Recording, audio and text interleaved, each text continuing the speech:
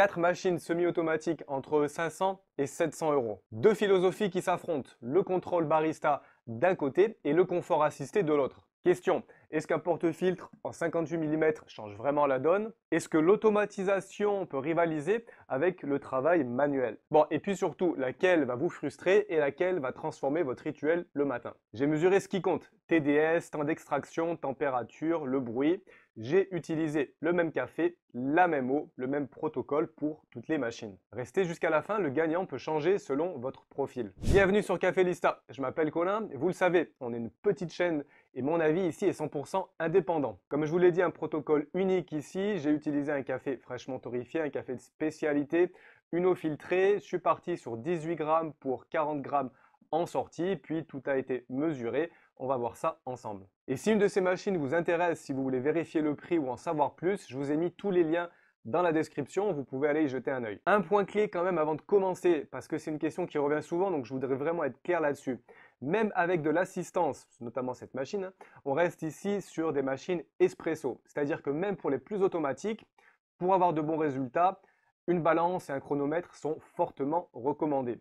L'assistance va aider, mais en fait, c'est vraiment vos réglages et puis votre connaissance de l'extraction du café qui peut faire la différence. Et je voulais quand même le préciser parce que souvent, des gens achètent ce type de machine et puis après, ils se retrouvent avec un mauvais café sans trop comprendre pourquoi. Bon, c'est dit, maintenant passons au test. J'ai sélectionné ici 4 machines qui sont pour moi les meilleures en ce moment sur le marché. On a donc la Sage Barista Express, ou Breville pour l'Amérique du Nord. C'est la référence de cette catégorie depuis plus de 10 ans. On a un porte-filtre en 54 mm, 16 crans de mouture avec un ajustement interne possible, un manomètre central, 10 kg sur la table. C'est vraiment l'école du contrôle et de l'apprentissage éprouvé sur la durée. Ensuite, on a ici la KitchenAid semi-automatique. Un positionnement assez similaire mais un peu plus premium. Un porte-filtre en 58 mm, donc le standard professionnel. 15 crans de mouture réglage avec là aussi une possibilité d'ajustement interne. Un châssis métallique qui est vraiment soigné. 10,7 kg sur la table. Ensuite, on a la Ninja Luxe Café. C'est la plus technologique ici de toutes. C'est aussi la plus lourde. Un porte-filtre en 54 mm, 25 rangs de réglage, une balance intégrée qui va doser automatiquement, un système Barista Assist. Et puis, on a aussi des fonctions café filtre, cold brew. On va en reparler évidemment. Et puis, pour terminer, on a la DeLonghi Specialista Arte Evo. Elle est compacte, environ 9,75 kg. Un porte-filtre ici en 51 mm, 8 crans de mouture. Un workflow qui est assez adapté, qui est guidé, et puis un kit d'accessoires qui est très complet. C'est vraiment la plus simple d'approche avec la marge d'ajustement ici la plus courte, mais on va voir ça en détail. Intéressons-nous maintenant à la construction, la qualité de fabrication et le bruit. Donc la Sage Barista Express, c'est du costaud. On a un corps entièrement en acier inoxydable brossé, comme on l'a dit, un peu plus de 10 kg sur la balance, et quand vous la posez, elle ne bouge pas. Elle a un look un peu industriel, un design qui commence un petit peu à dater, je trouve. Rien de grave, elle reste quand même très fonctionnelle. Mais on va dire, c'est peut-être pas la plus belle machine sur notre comparatif. Au niveau du bruit, on a un pic à 75 décibels. C'est donc assez fort, assez strident. Ça peut réveiller du monde le matin. Écoutez.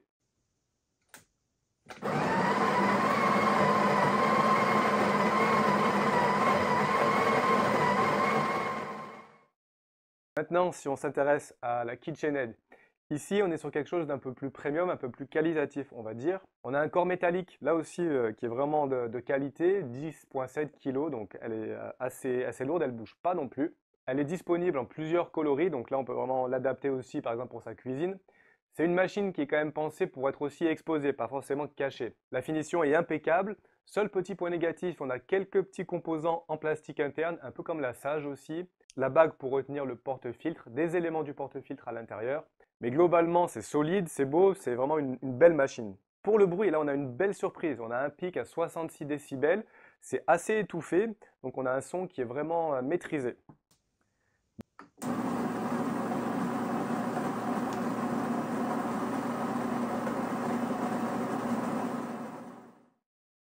Maintenant, à la Ninja Luxe Café. Alors là, on est vraiment sur autre chose. On a une esthétique qui est très différente, qui est moderne. On a un mélange d'acier avec quand même pas mal de plastique.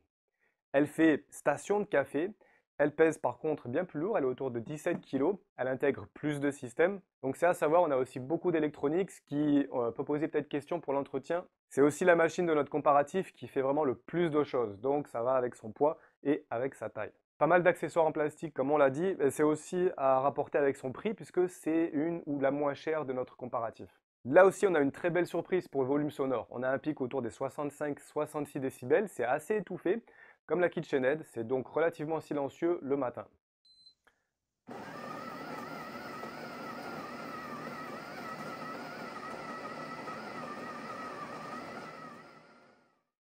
La DeLonghi Specialista Arte Evo maintenant, donc la quatrième de notre comparatif, c'est aussi la plus compacte et la plus légère. Alors elle est un petit peu moins de 10 kg.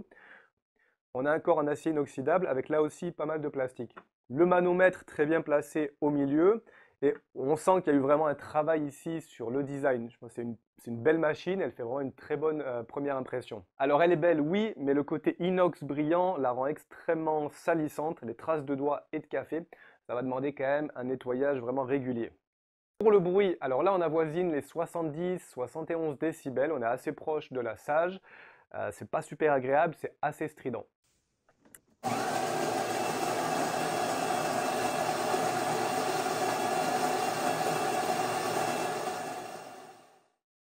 Verdict au niveau de la construction. Pour moi, la KitchenAid remporte cette catégorie avec une finition qui est premium. La Sage se débrouille plutôt bien, une robustesse éprouvée. C'est peut-être pas la plus belle, mais elle est fonctionnelle. DeLonghi, au niveau design, a pour moi vraiment bien réussi. Et puis la Ninja Luxe Café a un look vraiment particulier, donc un peu plus station de café, mais qui là aussi fait bien le boulot. Au niveau du bruit, on a une mention spéciale à Ninja et KitchenAid, qui sont vraiment les deux machines les plus silencieuses, Sage et DeLonghi avec un bruit un peu plus strident. Si cette vidéo vous aide à y voir un peu plus clair dans ce marché compliqué, n'hésitez pas à aller mettre un petit like, une mention j'aime. On est sur YouTube, ça nous aide énormément. Et puis bien sûr, si vous voulez ne rien manquer de nos prochains tests, abonnez-vous. Là aussi, c'est toujours apprécié. Merci beaucoup. Parlons maintenant du workflow et des accessoires et de la manière dont on va l'utiliser la machine pour faire du café. Avec la Sage, on est sur un workflow vraiment barista classique manuel. On a un grand manomètre central. Ici, c'est un peu votre professeur. Quand l'aiguille monte trop vite, votre mouture est trop fine. Et si elle ne monte pas suffisamment entre les 9 barres, c'est que justement, c'est pas assez fin. C'est-à-dire, on a donc un feedback en temps réel. On va pouvoir régler le volume de café moulu ici. Ensuite, on va tasser avec le petit tamper magnétique qui d'ailleurs est pas super. Je vous conseillerais de le changer si vous avez cette machine. Vous verrouillez, vous lancez votre espresso. C'est engageant, c'est manuel, c'est pédagogique. C'est-à-dire que vous êtes l'artisan. Chaque étape ici dépend de vous. L'interface et la prise en main sont claires, c'est propre, c'est facile d'accès. Si on s'intéresse maintenant à la KitchenAid, elle suit vraiment la même philosophie manuelle que la Sage, avec un petit travail qui a été fait, on l'a vu, sur le design, sur l'aspect extérieur et puis sur l'interface. On a donc ici une interface très claire, on a évidemment là aussi un manomètre de pression qui va nous servir. Un petit truc sympa, c'est que notre porte-filtre est à base plate. Les becs en fait sont inversés, ça crée une surface qui est donc complètement stable pour pouvoir tasser directement sur le comptoir. C'est un petit détail, mais c'est sympa quand on commence pour pouvoir tasser de manière plus droite. La machine utilise aussi un système de Smart Dosing Technology. Ça veut dire que le système de mouture est chronométré, ça vise la constance. Une fois qu'on a trouvé les bons réglages, ça va être très facile de le reproduire tous les matins, vraiment très rapidement. Si vous aimez donc le contrôle avec un confort, on va dire, d'utilisation, c'est là aussi une très belle machine. La Ninja Luxe Café maintenant. Alors elle prend le chemin un peu opposé des deux autres, c'est-à-dire qu'on va avoir un système ici qui va nous guider au maximum. Ça s'appelle le Barista Assist, ça vous prend vraiment par la main. C'est-à-dire que vous mettez les grains ici dans la trémie et ensuite la machine vous suggère le réglage de mouture. Ensuite, elle moud automatiquement la dose exacte grâce à un système de balance intégré. Et ensuite, après votre premier shot, elle va vous recommander ou pas d'ajuster votre moulin pour ajuster donc l'extraction et avoir un meilleur café. On a un tamper ici qui est aussi assisté, même logique avec le lait, puisqu'on a un système aussi automatique. Vous mettez le pichet, vous sélectionnez le type de texture que vous voulez et ça part automatiquement, sachant qu'on peut aussi l'utiliser de manière manuelle en relevant la buse. C'est redoutablement efficace, mais évidemment il y a un petit inconvénient, c'est qu'on perd quand même ici pas mal de contrôle et on a aussi quelques petits soucis dans la régularité, on va y revenir. Mais évidemment le gros avantage aussi de cette machine, c'est qu'elle fait énormément de choses, café filtre, extraction à froid. Elle les fait plutôt pas mal, mais l'automatisation fait que certains côtés sont un peu plus négligés. La DeLonghi, alors c'est une machine intéressante ici puisqu'elle va nous proposer quelque chose qui est assez propre, qui est guidé, qui est un peu hybride entre la Ninja Luxe Café et puis la Sage ou la KitchenAid. On a un petit doseur qui vient se fixer aussi sur le porte-filtre, c'est pratique pour éviter de mettre du café partout. C'est pensé pour être ordonné et moins intimidant quand on commence. Ici par contre on arrive avec 8 réglages de mouture, donc c'est notre machine ici qui a le moins de réglages sur notre comparatif. Et on va le voir, on peut se sentir un peu coincé au bout d'un moment. Le manuel de la machine va vraiment nous guider selon le type de torréfaction. Donc là, on va pouvoir en fait ajuster selon ce que le manuel nous recommande. Ça fonctionne plutôt pas mal au début. Mon verdict pour le workflow et la manière d'utiliser ces machines. Pour apprendre le côté manuel avec le feedback, un retour, la Sage est excellente. Pour le même type de contrôle manuel, mais avec un côté un peu plus premium, un peu plus design, la KitchenAid. Pour déléguer maintenant complètement et pour simplifier, c'est la Ninja, elle s'occupe de quasiment tout. La DeLonghi, elle cherche un équilibre entre ces deux positions, mais avec certaines limitations techniques qui peuvent devenir un peu frustrantes. On arrive au cœur du sujet. Est-ce que ces machines font un bon espresso? C'est vraiment la question principale. Et évidemment, ça commence par le moulin. C'est souvent un peu le goulot d'étranglement pour les machines qui sont combinées comme ça. Pour la Sage Barista Express, on a 16 réglages sur le côté. On a aussi les possibilités d'ajustement interne, un porte-filtre en 54 mm. Ça fonctionne bien pour démarrer. Les écarts entre l'écran sont parfois un peu larges, surtout si on essaye d'utiliser des torréfactions qui sont plus claires. Et pour débuter avec des mélanges moyens, moyens foncés, c'est une machine qui fonctionne vraiment bien. On a une belle extraction, on a des TDS qui sont recherchés, 10-11%. On a un très bon café, une belle longueur en bouche. Pour le Brésil que j'ai utilisé, on retrouve vraiment ici les arômes de chocolat que j'apprécie sur ce café. Donc on reste sur quelque chose de performant et vraiment une valeur sûre. La KitchenAid, quant à elle, offre 15 réglages en externe. Ça se fait ici, donc devant, non pas sur le côté, ça c'est pratique. Et puis on a aussi 7 ajustements internes. On va donc pouvoir changer l'ajustement de la meule intérieure. Un truc sympa, c'est qu'on a un porte-filtre en 58 mm. Au niveau de l'utilisation, on est vraiment sur une logique qui est très proche de la Sage, c'est-à-dire qu'on a une plage de réglage qui est très correcte avec un bon résultat en tasse. Sur ce café ici, j'ai retrouvé bien aussi le petit côté sucré. On a une belle créma, on a vraiment un bon shot. Rien à dire de ce côté-là. La Ninja Luxe Café, elle a un moulin, donc 25 positions de réglage, c'est celle qui en a le plus dans notre comparatif. Le porte-filtre, un peu spécial en 54 mm, mais son vrai avantage ici, c'est la balance intégrée, c'est-à-dire qu'elle moud au poids, et ça élimine une des plus grandes sources d'inconstance quand on commence, surtout qu'ici, la machine nous recommande à peu près tout. Mais c'est aussi ce qui peut amener à quelques petits problèmes et des fois des frustrations, c'est un certain manque de consistance et de régularité. Notre expresso peut être vraiment très bon, ou alors elle peut d'un coup partir sur une extraction qui peut être un peu plus longue. Mais pour un usage quotidien, quand on commence, si on n'a aucune connaissance de l'espresso, ça nous donne quand même un bon résultat. Mais il y a quand même quelques limitations qu'il faut connaître. Et pour finir, la DeLonghi Specialista, alors elle par contre, elle a seulement 8 réglages de mouture. L'idée c'est donc de simplifier les choses pour un débutant quand on commence, pour pas que ce soit trop intimidant à savoir comment est-ce qu'on va régler notre machine. Mais ça a bien sûr une limitation. Entre chaque cran, l'écart est quand même très gros. Et ça arrive qu'on soit coincé entre un café qui soit sous-extrait ou sur-extrait. Difficile de trouver donc la position intermédiaire. Pour moi, la solution, ça a été d'utiliser la machine manuellement en monodose. Donc je pèse avant et je mets mon café dans le moulin. On perd le côté un peu automatique, mais c'est ce qui m'a permis de vraiment résoudre un peu le problème du moulin.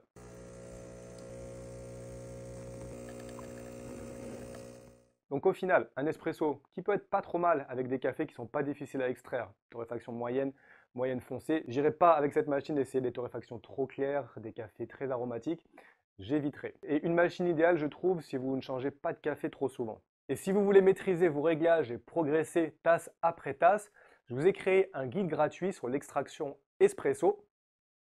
Le lien est juste en dessous dans la description, allez y jeter un œil, vous pouvez le télécharger. Alors mon verdict pour l'extraction pour l'espresso. Pour moi le meilleur espresso c'est Sage et KitchenAid. La Ninja est correcte, un petit peu en dessous avec des fois quelques petits problèmes. La DeLonghi, ok sur aussi certains cafés, sur des torréfactions plus faciles à extraire mais un peu plus limitées. On va voir maintenant ensemble la buse vapeur, le système de lait. Qu'est-ce que ça donne? L'espresso, c'est bien, et puis c'est la base de tout le reste, mais on va maintenant s'intéresser au système de lait, aux bus vapeur, aux capacités de ces machines à produire une belle micromousse ou pas. Les trois machines que j'ai là, la Sage, la KitchenAid, la DeLonghi, ont toutes des bus vapeur manuels traditionnels, on va dire. Ici, ça va vous demander un peu de pratique, mais ça ouvre la porte au latte art. Vous allez donc pouvoir faire toutes les boissons possibles et imaginables. La Sage Barista Express a une buse vapeur avec un simple trou qui fonctionne plutôt bien. Alors elle, son avantage, c'est qu'elle est plutôt bien articulée, ce qu'on ne retrouve pas sur les autres. Par contre, elle est un peu lente et elle manque un petit peu de puissance. Il faut avoir un peu de patience. Mais vous allez y arriver, ça prend un petit peu plus de temps qu'avec les autres machines, on parle ici de quelques secondes de plus, donc rien non plus de très rédhibitoire. Attention par contre, parce que la buse vapeur chauffe et le lait peut brûler très vite dessus, il va falloir le nettoyer à chaque fois, ça c'est aussi un peu embêtant. La KitchenAid est dans la même catégorie, sa buse vapeur n'a pas le même type d'articulation que la Sage, par contre elle va chauffer un petit peu plus rapidement. Mais là aussi, bien positionné, on va pouvoir texturer son lait de manière très efficace.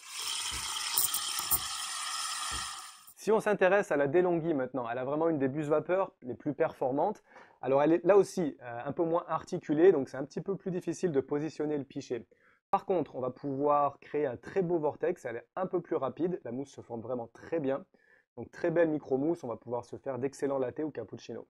C'est donc pour cette machine, pour moi, une belle réussite. Et en plus de ça, elle est cool touch, c'est-à-dire qu'on va pouvoir la toucher après et le lait ne va pas brûler dessus trop rapidement. La Ninja Luxe Café, encore une fois, est un peu toute seule, elle se retrouve dans une catégorie un petit peu à part. Elle a donc un système double qui est entièrement automatique. On va pouvoir faire mousser le lait chaud, du lait froid. Ici, vous mettez le pichet sous la buse vapeur et vous appuyez sur le bouton. Et la machine fait tout en fait, c'est vraiment bien pensé. C'est-à-dire qu'elle va chauffer, elle va texturer, elle va créer la mousse. On a le choix ici de différents types de mousse selon que vous voulez faire un cappuccino ou un latte.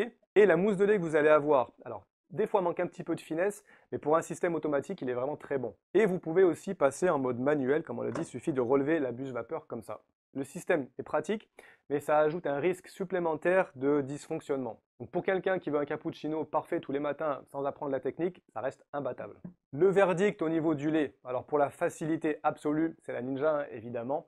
Pour la performance manuelle, la DeLonghi s'en sort vraiment très bien. La KitchenAid un peu après, suivi par la Sage. C'est pas son point fort, mais c'est pas mauvais non plus. Quelques petits mots maintenant sur l'entretien, la maintenance, la longévité des machines. On aurait tendance des fois à l'oublier puisqu'on appelle ces machines semi-automatiques, mais elles vont toutes quand même demander un entretien assez régulier. C'est assez proche, assez similaire. On a évidemment un détartrage. D'ailleurs, il va falloir faire très attention à l'eau que vous utilisez. Le calcaire, c'est vraiment le pire pour ces machines. Tout ont un protocole de nettoyage, de détartrage. À noter par contre que la DeLonghi, on ne peut pas enlever le trémie pour nettoyer le moulin, donc ça c'est un peu dommage. La Sage a pour elle un énorme retour d'expérience dessus, c'est une machine qui a plus de 10 ans. On a un entretien qui se fait assez bien. Et puis c'est une machine qui tient dans le temps, les pièces sont aussi disponibles en cas de problème. La KitchenAid elle inspire confiance, par contre on n'a évidemment pas le même recul, c'est une machine qui est très récente. Pour la Ninja, le point qui me pose un peu question, c'est qu'il y a beaucoup plus d'électronique dedans, donc j'imagine plus de risques de défaillance sur le long terme. Et puis la DeLonghi, agréable à utiliser, mais comme je vous l'ai dit, le moulin ne s'enlève pas, et puis ensuite on a tout un programme aussi de nettoyage, détartrage qui est bien pensé, qui se fait facilement. Pour la facilité absolue, vous l'aurez j'imagine compris, la Ninja l'emporte quand même grâce à son système intégré, le Barista Assist. C'est la plus simple à vivre. Si votre priorité c'est des cafés rapidement, des boissons lactées, là aussi facile à produire avec une limitation en termes de régularité. La DeLonghi séduit par son format, son côté un peu hybride entre les deux. Ces 8 crans limitent un petit peu la flexibilité si vous aimez varier les cafés. Si maintenant vous voulez apprendre et garder la main sur vos réglages, je vous conseille de partir sur la Sage. Et puis si vous voulez le même type de contrôle avec un peu plus de confort, un porte-filtre en 58 mm et un moulin un peu plus silencieux, la KitchenAid. Avant de conclure, parlons rapidement de quelques alternatives qui existent aussi. On a la Meraki, alors c'est une machine qui est assez récente, qui vient d'un financement participatif. Dessus, on a double chaudière, pompe rotative, on a des balances intégrées, un moulin de qualité. C'est un bon en termes de performance, mais aussi de budget. C'est assez cher, mais c'est une belle machine. La Philips Barista Brew se positionne elle aussi dans un système un peu manuel avec quelques petites automatisations. Ça peut être une machine intéressante à regarder. La Krups semi-automatique aussi. Krups essaie de se faire une place sur ce segment. Quelques retours intéressants sur cette machine. Ça peut être une option à considérer. Et puis bien sûr, chez Sage, vous avez énormément aussi de modèles avec plus ou moins d'automatisation. L'Express Impress, la Touch Impress, l'Oracle Jet, la dernière version du Highballer.